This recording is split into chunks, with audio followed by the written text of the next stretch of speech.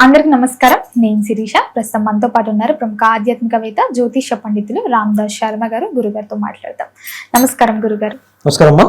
గురుగారు, ఈ మే మాసంలో విశేషంగా సింహరాశి వారికి ఎలా ఉండబోతుందంటారు? ఎలాంటి జాగ్రత్తలు తీసుకోవచ్చు అంటారు? గ్రహ గోచారం ఎలా ఉంటుందంటారు వీరికి? ఇప్పుడు ఈ సింహరాశి వాళ్ళది ఈ సంవత్సరం కొంచెం ఇబ్బంది పడే జాతకమే. ఎందుకంటే రాశిలో కేతు ఉన్నాడు, పై ఈ రాశిలోనే గ్రహణం కూడా అయింది. ఇంకొక చెప్పదగిన మాట ఏంటంటే ఈ రాశి వాళ్ళకి అష్టమ శని నడుస్తుంది. ఇప్పుడు సింహరాశి వాళ్ళకి అష్టమ శని బాగా ఇబ్బంది పెడతాడు వాళ్ళని. అందుకని నాకు తెలిసిందంటే సింహరాశి వాళ్ళు చాలామంది అంటే వాళ్ళ వ్యక్తిగత జాతకం బాగుంటే తెప్పించి నాకు తెలిసి చాలామంది ఇబ్బంది పడుతూ ఉంటారు. నాకు తెలిసి ఇవే కారణాలు, నేను చెప్పిన కారణాలు.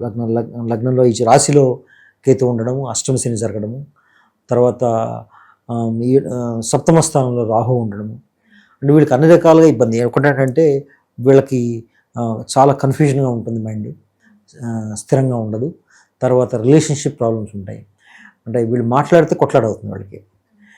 పైగా ఆరోగ్యం దెబ్బతింటుంది మధ్య మధ్యలో. వృత్తిపరంగా చాలా అవమానాలు ఎదురవుతాయి, మాట్లాడే వాళ్ళు ఉంటారు, ఇట్లా ఉంటుంది. అయితే ఎప్పటిదాకా ఉంటుంది అంటే వచ్చే సంవత్సరం జూన్ జూలై దాకా ఉంటుంది. అది జనరల్గా ఉన్న గ్రహస్థితి. శనేశ్వరుడు ఎప్పుడైతే రాశి మారుతాడో కొంచెం చాలా వరకు కంట్రోల్ అవుతుంది. ఇప్పుడు ఏంటంటే బృహస్పతి కూడా వీళ్ళకి 11లో ఉండడం వల్ల కొంతవరకు బ్లెస్సింగ్ అని చెప్పాలి. ఎందుకంటే 11లో ఉన్న బృహస్పతి కొంతవరకు మేలు చేస్తాడు వీళ్ళకి.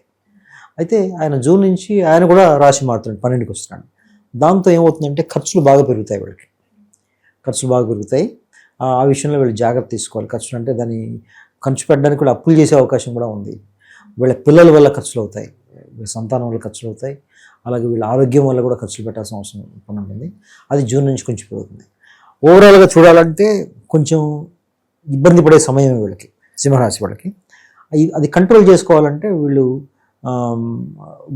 ఏ గురు అవతారమైనా వాళ్ళకి సంబంధించిన స్తోత్రాలు కానీ చదువుకోవాలి. దక్షిణామూర్తి కానీ, దత్తాత్రేయ స్వామి కానీ, శనీశ్వరుడికి సంబంధించి శేష శ్లోకాలు, తర్వాత శివారాధన చేస్తే వీళ్ళకి బాగుంటుంది.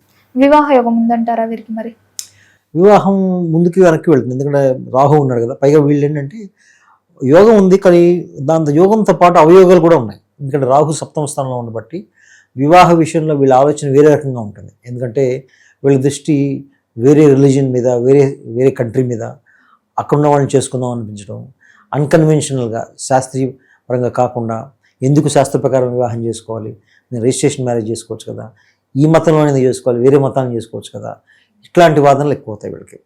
ఇట్లాంటి కన్ఫ్యూజన్ కూడా ఎక్కువ అవుతాయి. దాంతో ఏంటంటే మనశ్శాంతి దెబ్బతిని ఆరోగ్యం కూడా దెబ్బతింటుంది వీళ్ళకి.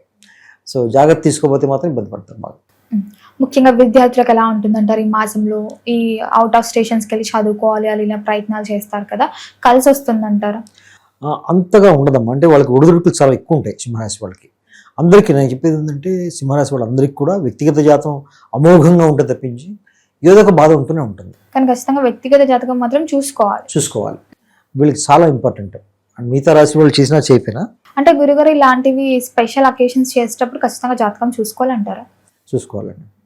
ఎందుకంటే గోచారం నేను ఇందాక చెప్పినట్టుగానే ఓన్లీ 30%, మిగతా 70% వ్యక్తిగత జాతకమే.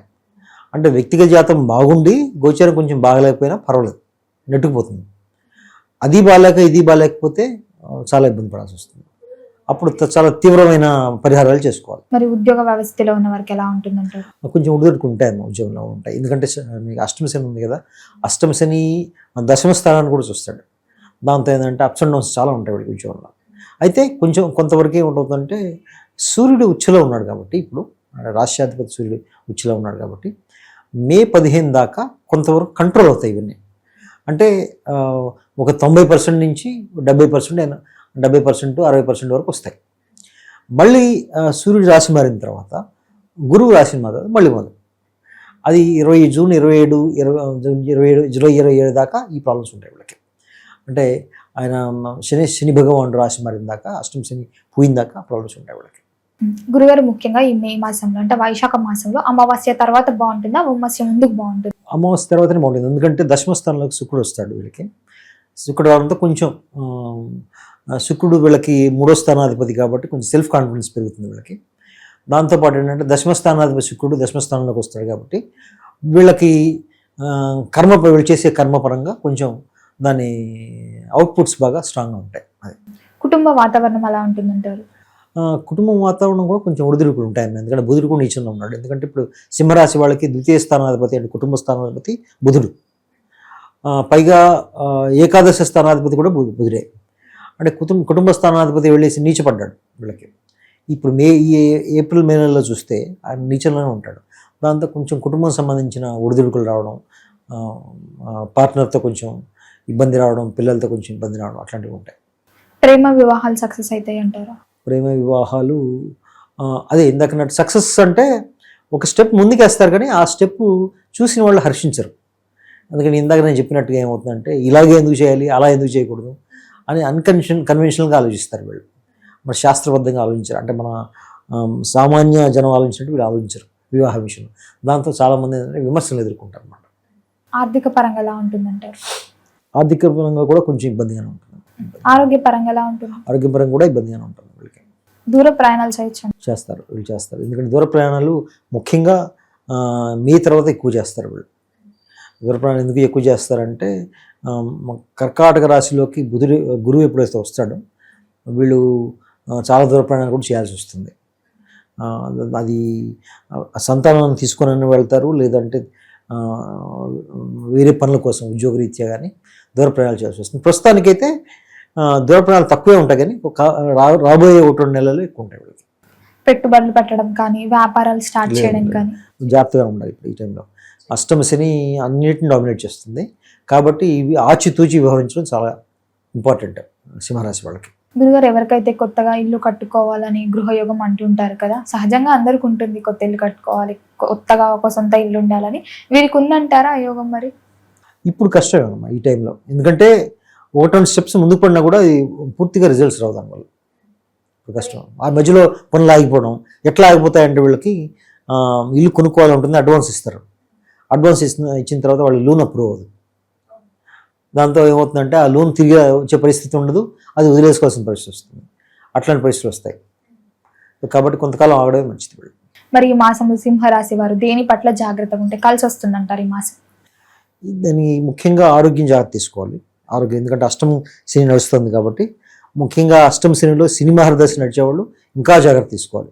వాళ్ళు హాస్పిటలైజ్ అయ్యే అవకాశం చాలా ఎక్కువ ఉంటాయి వీళ్ళకి. అందుకని ఆ విషయంలో, ఆరోగ్య విషయంలో చాలా జాగ్రత్త తీసుకోవాలి. తర్వాత వాహన ప్రమాదాలు కూడా కొంచెం అయ్యే అవకాశం ఉంది. ఎందుకంటే కుజుడు దశమస్థానంలో ఉంటాడు ఇప్పుడు వీళ్ళకి, నవమస్థానం నుంచి దశమస్థానం మారుతాడు. తర్వాత ఏంటంటే రాహు సప్తమ స్థానంలో ఉన్నాడు. కాబట్టి ఏంటంటే ఈ రిలేషన్షిప్ విషయంలో మనశ్శాంతి కరువు అయిపోయి డ్రైవింగ్ సరిగా చేయకపోవడం, ఈ కన్ఫ్యూజన్ మైండ్ సెట్ ఉండడం వల్ల ఏమవుతుందంటే వీళ్ళు ఆ విషయంలో ఇబ్బంది పడే అవకాశం ఉంది. మరి ఓవరాల్గా ఈ మాసం అంతా కలిసి రావాలంటే ఏ దైవారాధన బాగుంటుందంటారు? ఎలాంటి పరిహారాలు చేసుకోవచ్చు అంటారు? వీళ్ళు ఏంటంటే ముఖ్యంగా శివారాధన చేసుకోవాలి. వీళ్ళు శివారాధన, దుర్గామాత ఆరాధన చేసుకోవాలి. చాలా వరకు కంట్రోల్ అవుతుంది. గురుగారు, మొత్తం మీద ఈ మాసంలో సింహరాశి వారికి ఎలా ఉండబోతుంది, ఎలాంటి జాగ్రత్తలు తీసుకోవాలో తెలియజేసినందుకు ధన్యవాదాలు.